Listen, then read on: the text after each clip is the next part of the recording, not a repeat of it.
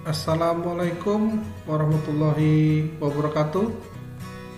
Salam sejahtera bagi kita semua.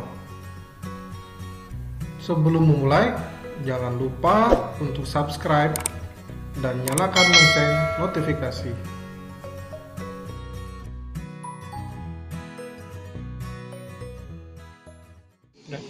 Nah, untuk memproses benda kerja, kita harus men-setting titik nol alat potong terhadap benda kerja.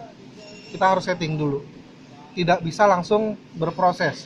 Nah, jadi nanti yang akan kalian mainkan eretannya cenderung banyak di sumbu Z. Untuk di sumbu X dan sumbu Y, untuk pemrosesan permukaan, kalian hanya pergeseran saja. Pergeseran yang secara continuous. Nah, kalau kalian lihat ini kan jaraknya terlalu jauh. Ya, nah ini bisa kita turunkan terlebih dahulu. Yang kita turunkan dengan cara menurunkan kepalanya. Di sebelah kanan ada penguncinya. Ini saya putar, saya dorong berlawanan arah jarum jam. Putar sekali aja cukup. Nah, kemudian kita gunakan engkol mesin. Ini engkol mesinnya kita pasang di sini.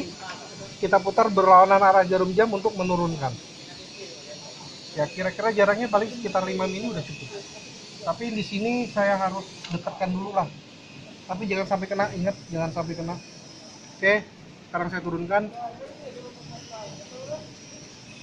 Nah, kalau lebarnya kurang atau sama dengan 50, boleh kita langsung sekali makan. Tapi ingat, kalau untuk pemrosesan di mesin press manual seperti ini, sebaiknya kita gunakan pemakanan konvensional milling atau pemakanan berlawanan arah.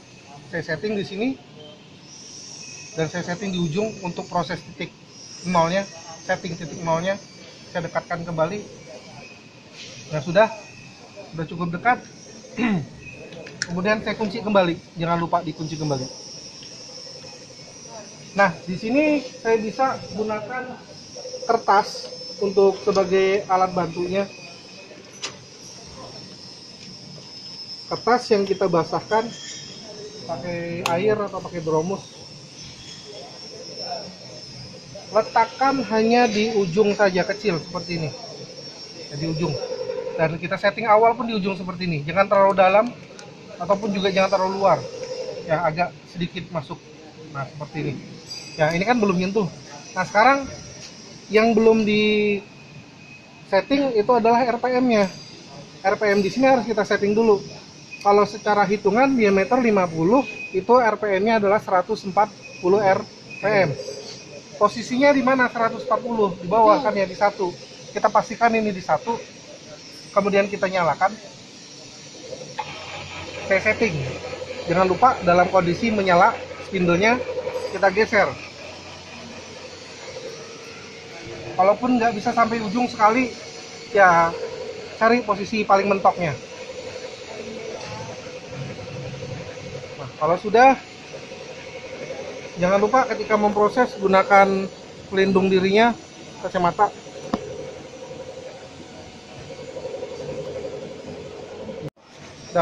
Nah, yang kita gerakan itu adalah eretan sumbu Z ya, untuk menyentuhkan sampai alat potong menggesek ke benda kerja.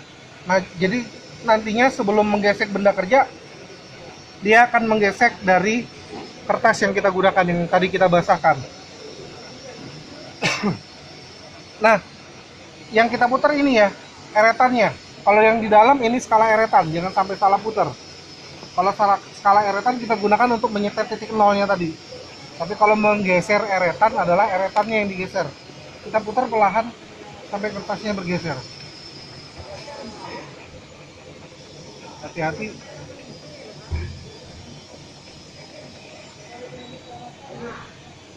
Nah, kalau secara di lapangannya kita bisa ketahui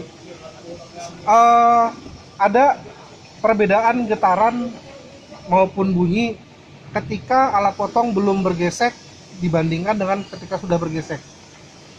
Sekarang kita bisa dirasakan bagaimana bunyinya kalau yang melihat.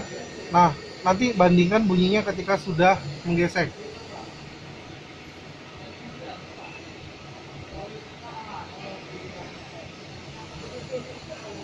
Tapi pertama-tama dia akan menyentuh kertasnya dulu. Nah, sudah menyentuh kertas artinya kita harus agak lebih perlahan.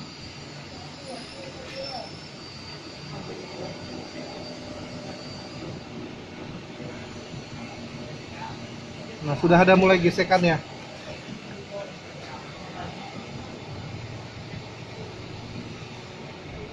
Nah, sudah menggesek. Kalau sudah menggesek seperti ini, kemudian kita bebaskan eretannya, alat potong terhadap benda kerjanya, kita bebaskan menggunakan eretan. Kalau sudah bebas seperti ini, kemudian kita matikan spindle-nya, kita matikan, kemudian kita setel titik 0 pada sumbu Z-nya. Yang kita setting tadi barusan adalah sumbu Z, titik 0 pada sumbu Z.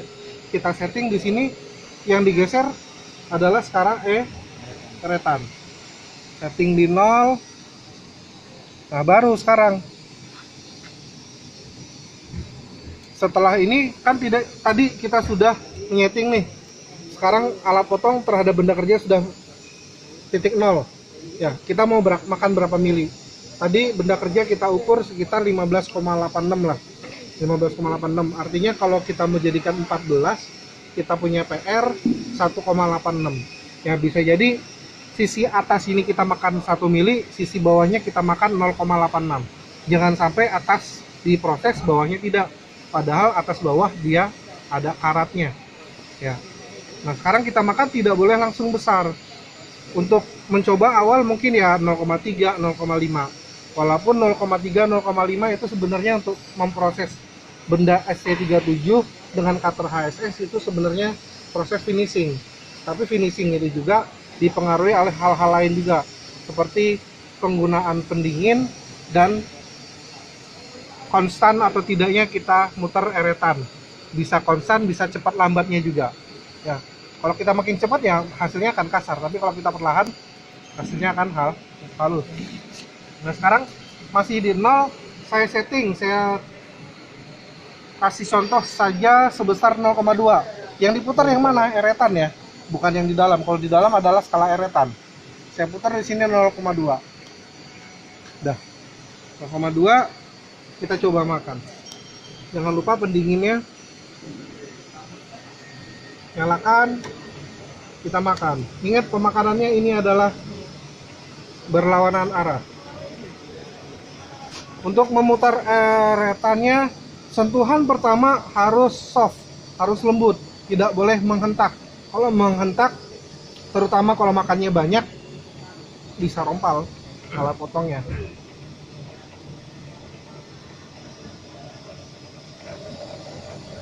Nah, kalau sudah menyentuh baru kita konstan. Perhatikan di eretan saya, perhatikan posisi tangan saya di sini. Satu ke tangan, satunya di sini. Putar secara konstan. Jadi tidak terputus. Tidak boleh muter eretan ini. Kalau muter eretan ini takutnya banyak hentakan-hentakan ketika proses pengerjaan. Jadi ini pakai. Dengan terus pendinginannya ditambahkan. Jangan lengah untuk memberi pendingin.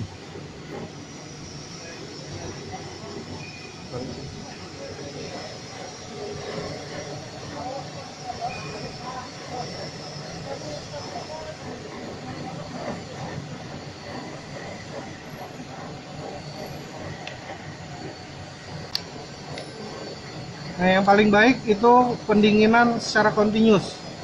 Kalau di mesinnya masih punya selang Duromusnya, selang sirkulasi.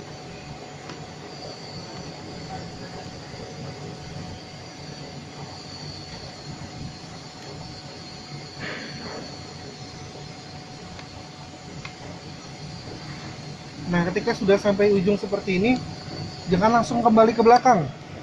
Bebaskan. Geser eretan, geser alat potongnya dalam kondisi bebas. Maksudnya bebas adalah tidak menyentuh benda kerja.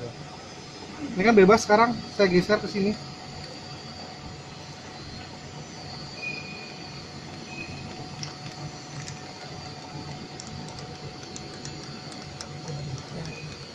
tidak boleh langsung mundur ya.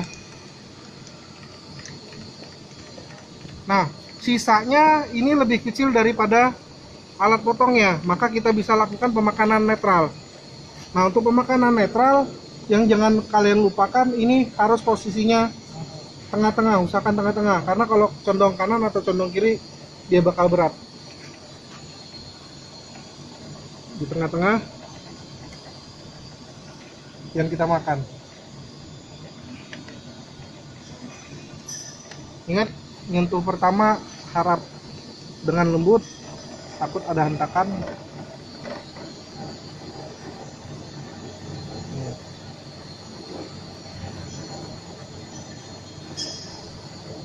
Nah, ini pemakanannya agak cepat, hasilnya agak kasar. Kalau mau dapat yang halus ya pemutaran eretannya harus lebih lambat. Tapi itu nanti hanya untuk di finishing, jangan ketika masih banyak ukurannya diproses lambat-lambat ya, lambat selesainya.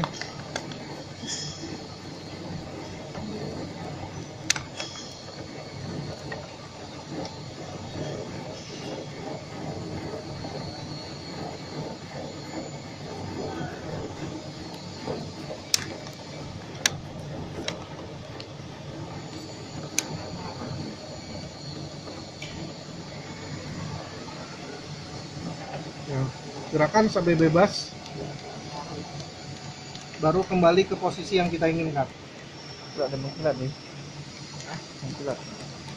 Nah, ini masih kasar karena kita makannya masih tebal, bukan tebalnya, tapi lebih cepat, tipis, tapi kita makannya cepat.